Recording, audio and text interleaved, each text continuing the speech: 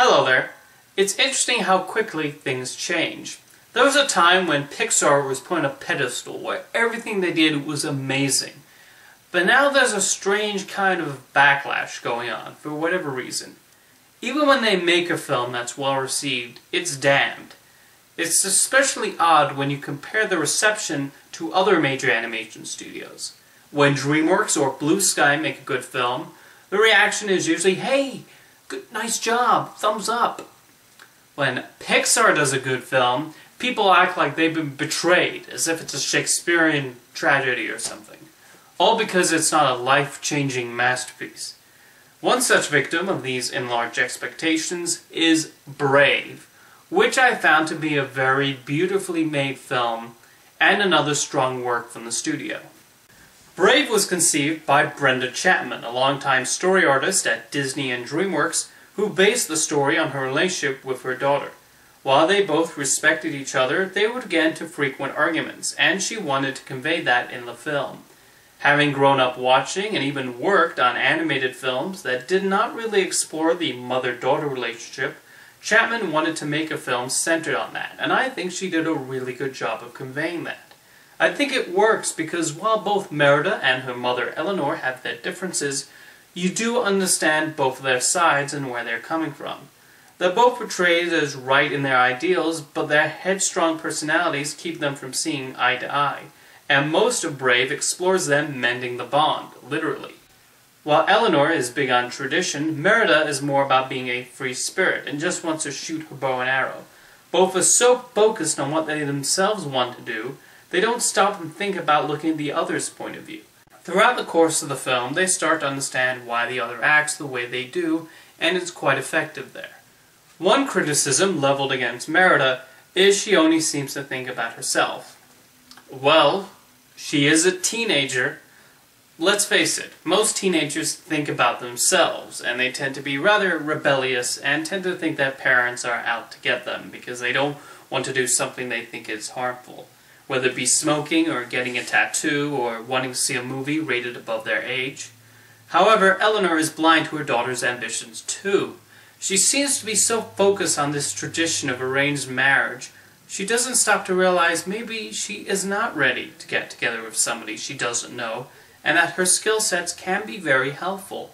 Merida is a woman of action and exploration, yet Eleanor is more about dialogue and poise. When this event happens that forces the two to work together, they ironically switch places. Eleanor has to be the strongest of the two, and Merida has to be the one to talk. Mainly because Eleanor is unable to do so in her new state, which I think is really clever. There's also no villain in Brave, which is a smart decision and almost lends it a Miyazaki-like vibe. Instead of a physical threat, it's rather Merida's attempt to solve the solution, but like any flawed protagonist, she doesn't necessarily think it through before jumping on it. It's especially important to listen to her wording of how she wants her problem solved. She never says, "I want my mother to change her mind about the arranged marriage," but rather a very vague demand. She doesn't even stop to think that the cake might be poisonous, because she's got a million different ideas running through her mind. When Eleanor falls ill, it's understandable that you would think it's merely the magic taking its effect. But what she doesn't expect is exactly what the magic does to her. I think it's fantastic that Merida makes mistakes. That's a part of growing up and something we've all been through.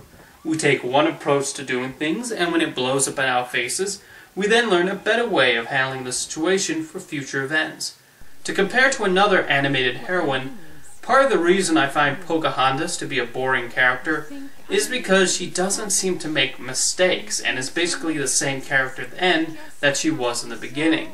Somebody who is comparable to Merida in how she learns from her errors is Anna from Frozen.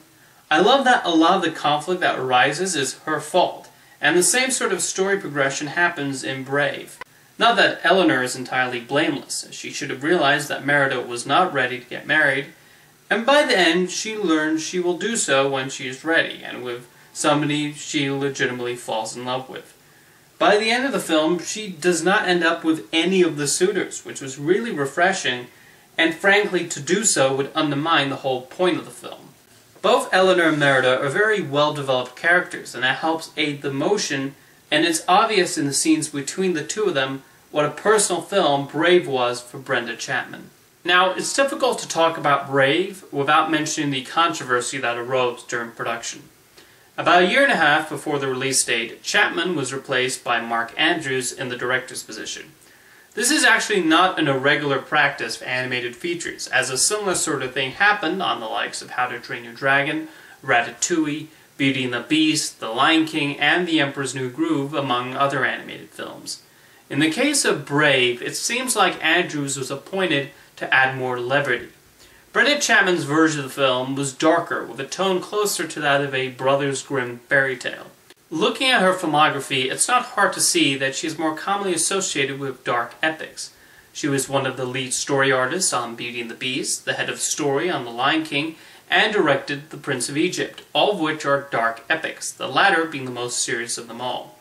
It's understandable that Brave would have a similar tone to The Prince of Egypt, and it appears the ferocious bear Mor'du, who serves as a cautionary tale for Merida's actions in the film, would have a larger role. Admittedly, a lot of the humor present in the film does not entirely work in my opinion. The whole section where Merida and her transformed mother are trying to escape the castle was definitely constructed during Andrews' reign as director. On the other hand, I don't mind the smallness of the story as it fits into the fairy tale genre it's evoking. It's interesting how the Disney fairy tales made under John Lasseter's tenure as head of the studio are big road pictures that span many distances, but the one Pixar fairy tale doesn't have the protagonist going too far away from the home. While the snot and buttocks jokes inserted by Andrews don't fit the tone of the rest of the picture, and it is strange for a film about female empowerment to have this scene, a lot of Brenda Chapman's original intention does seem to have still made it into the film, thankfully. Something else that caused controversy did not even have anything to do with the making of Brave. After it won the Oscar for Best Animated Feature, it went from being the film that many thought was good, but nothing special, to apparently the worst thing to set foot on planet Earth. At times, it seems like it's better to not even win the Oscar, because it then becomes a question of who deserves what and who robbed what. Shakespeare in Love cannot even be referred to without mentioning that it beat Saving Private Ryan, even though the two films are nothing alike. Here's the thing, okay? There are 6,000 voters in the Academy, and when all the ballots are counted, there will be more than one category you disagree with. But the film should be looked at on its own terms, not judged based on what awards it won. I feel the best way to look at the Oscars is like a list of recommendations. It's no different than asking a friend what his favorite film or performance of the year was, and guess what? You might disagree with his pick, or the film you love might not be to his taste. My favorite films of 2013 were Rush, Saving Mr. Banks, and Epic, and they were very much ignored when the Oscar nominations rolled in. But did I throw a hissy fit? No. I just assumed they weren't to that taste, or they simply did not collect enough votes to get in. At the end of the day, it's your own individual opinion that matters. You might even disagree with this video, and that's okay. Just be mature and civil about it. Although I have to be honest and say I thought last year's Best Animated Feature selections were the best batch of nominees in the category's history, in my opinion. I thought all 5 films were great, and all of them were deserving of winning. If I were an Academy member, and as such only had to pick one, it would have been Wreck-It Ralph. But all of these 5 films were very well made, with their own unique qualities that make them great and worthwhile. In conclusion, while a number of people found Brave to be simplistic with one-dimensional characters, I found it to be an emotionally gripping and beautiful story that seems to improve for me the more I watch it. I love the environment, the characters, and the genuine mother-daughter relationship that runs through the whole picture. Kudos to Brenda Chapman for telling your story, managing to still have it come out intact regardless of production snafus, and I definitely look forward to what movie you direct next. See you next time.